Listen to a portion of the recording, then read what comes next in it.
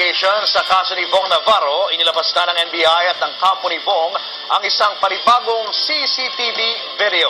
At live mula sa NBI sa Maynila, magbabandila si Jack Batallones.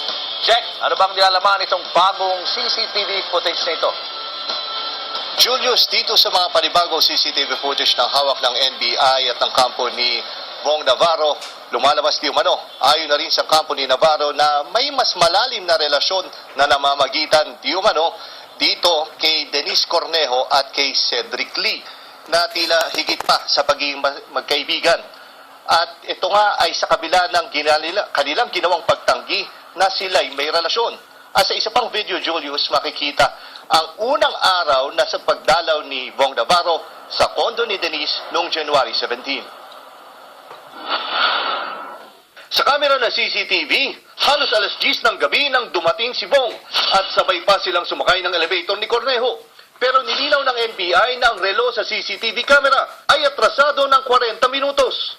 Makalipas ang 3 oras, makikitang sumakay na ulit ng elevator si Navarro at umalis. Sa January 22 video naman, gabi nang mabugbog si Navarro. Makikitang 30 minuto bago dumating si Bong.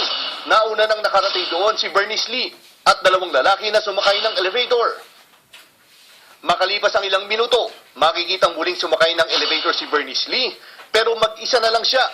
30 minutes before Bong arrived, pinapakita ng footage na dumating si Bernice Lee at may kasama siyang 2 lalaki. Umakyat.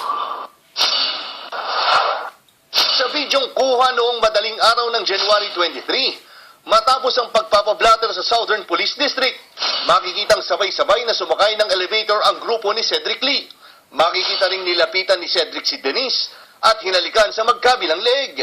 Part of the CCTV will show Cedric being very affectionate towards Bernice. Kaya nakakaroon tayo ng tanong kung ano talaga yung relasyon ng dalawa.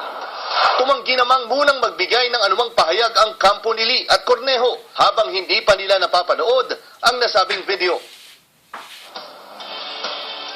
Julius, bukas